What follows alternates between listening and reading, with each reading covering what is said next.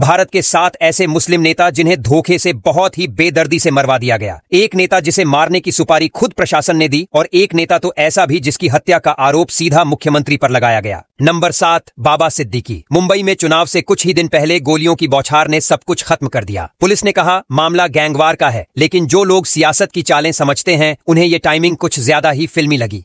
बाबा सिद्दीकी का नाम हर पार्टी में चलता था और उनकी इफ्तार पार्टी में बड़े बड़े चेहरे दिखते थे।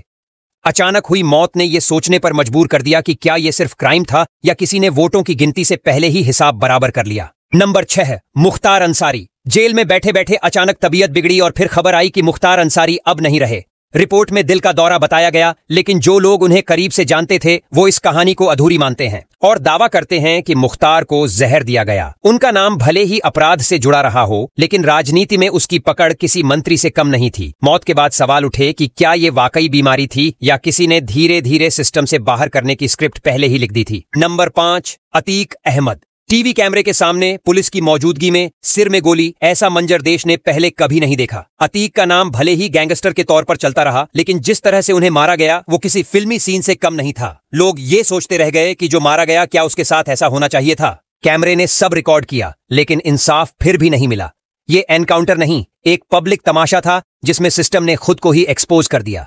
नंबर 4, मौलाना शौकत अहमद शाह। श्रीनगर में एक धमाके ने मौलाना शौकत अहमद शाह की जिंदगी खत्म कर दी। वो सिर्फ धार्मिक नेता नहीं थे, बल्कि घाटी में शांति की बात करने वाले कुछ गिने चुने लोगों में से थे। उनकी मौत को लेकर कई कहानियां चलीं। कोई कहता है हमला था, किसी ने कहा अंदरूनी साजिश, लेकिन जो बात सबसे ज्यादा चुभी वो ये थी कि उनकी आवाज को हमेशा दबाने की कोशिश हुई और जब वो चुप हुए तब सबको समझ आया कि सच्चाई बोलने वाले सबको चुभते हैं। नंबर 3, अब्दुल गनी लोन। श्रीनगर की रैली में जब अब्दुल गनी लोन को गोली मारी गई तब मंच पर लोकतंत्र था और नीचे मौत।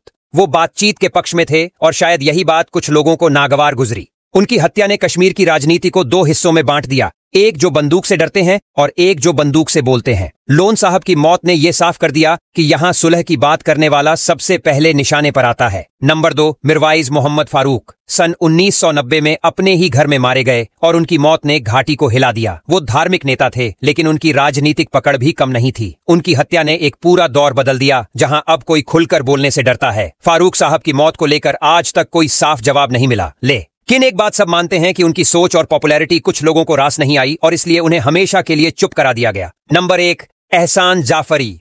गुलबर्ग सोसाइटी में दंगाई भीड़ ने एहसान जाफरी को मार डाला, जबकि अपनी मौत से पहले उन्होंने दर्जनों लोगों को जान बचाने के लिए अपने घर में पनाह दी थी। आखिरी वक्त तक वो फोन करते रहे, मदद मांगते रहे, लेकिन कोई नहीं आया। पूर्व कांग्रेस सांसद